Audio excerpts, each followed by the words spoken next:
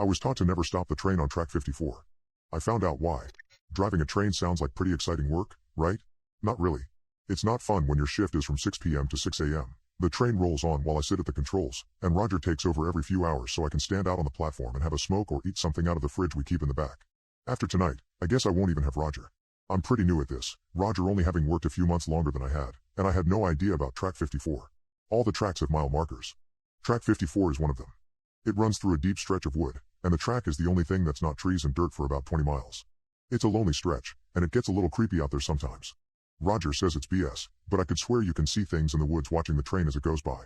The good thing about the woods is that they're only 10 miles from the depot we use to drop off cargo, so once you're there, you're almost half done with your shift.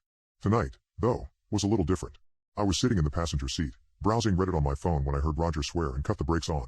I braced and looked out the glass, sucking in breath when I realized why he had stopped. It's not uncommon to get stuff on the tracks, trees, or animals sometimes, but this was definitely something we would need to call in. There was a body on the tracks. Roger keyed up the mic and called it in. Engine 13 here on track 54. He glanced at the metrics on the screen. Point 5, reporting a body on the tracks. The line went dead for a few seconds before someone came back from dispatch. Engine 13, come back. Did you say a body on the tracks? 10-4, said Roger, a human body on the tracks.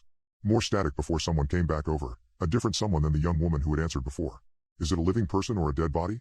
Roger squinted at it for a moment. Does it matter? There's a body on the tracks. It's the difference between calling the police and calling an ambulance. So yes, it matters. Roger sighed, glancing left and right at the woods before handing me the radio. Keep them numbnuts updated while I go check what kind of body this is. Then he climbed out of the train and moved to the front. I could hear him calling to the person on the tracks and getting no response. The body appeared to be sleeping there, looking like a man wearing jeans and a t-shirt. The arms and legs were splayed out over the ballasts, but I couldn't tell if they were breathing or not from the cab. Roger didn't seem to want to leave the train side and investigate, probably wondering if this were a robbery of some kind. It's not uncommon for people to block a track and rob a train, but our cars are mostly cement powder and cinder blocks, maybe some quarried stone, and various other things like AC units or unrefined oil, not really something a train robber could get away with easily. The handpiece crackled back to life as the older voice asked if we were still there. I told him we were, and that's when he asked for our location again, but the way he asked made me feel anxious. He sounded relieved that I had answered and hesitant to have my location. Track 54.5, I told him, eyes still on Roger as he walked closer to the body on the tracks. Silence for a good 10 seconds as I watched Roger near the man. My eyes cut to the woods for half a second, thinking I had seen movement in the trees. Was it an optical illusion? The only light was the big headlight, and it did make things in the peripheral look weird sometimes. Roger was nearing the track now, and the mic cutting back in made me jump. Drive over it. I stared at the handpiece in surprise. What? Drive over it and get the hell out of there. No one is supposed to leave the cabin after track 50. Did no one tell you that?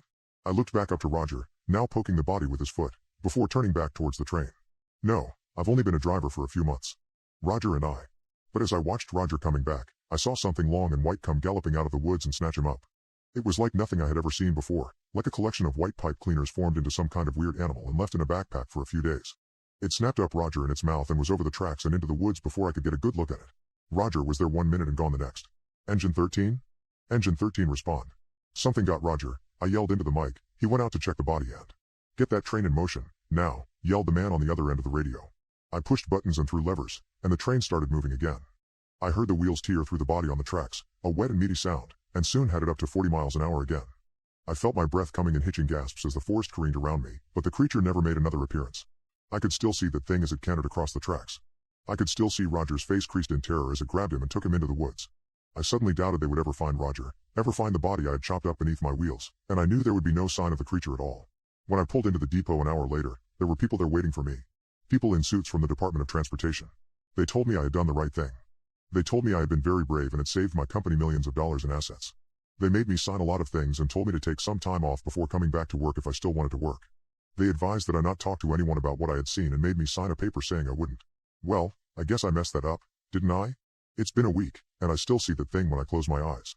I researched that stretch of track, and the woods that surround it have seen a good many disappearances and more than a few stories about a strange creature that lives there. There's a hiker that recently went missing there, a man with dark hair and a thick beard who was wearing jeans and a blue shirt the last time anyone saw him. A man I would swear I saw laid across the track that night that Roger was taken. The line keeps calling to ask when I'll be back. I just don't know if I can ever drive through those woods again. After someone sees this, I may not have to worry about that anymore.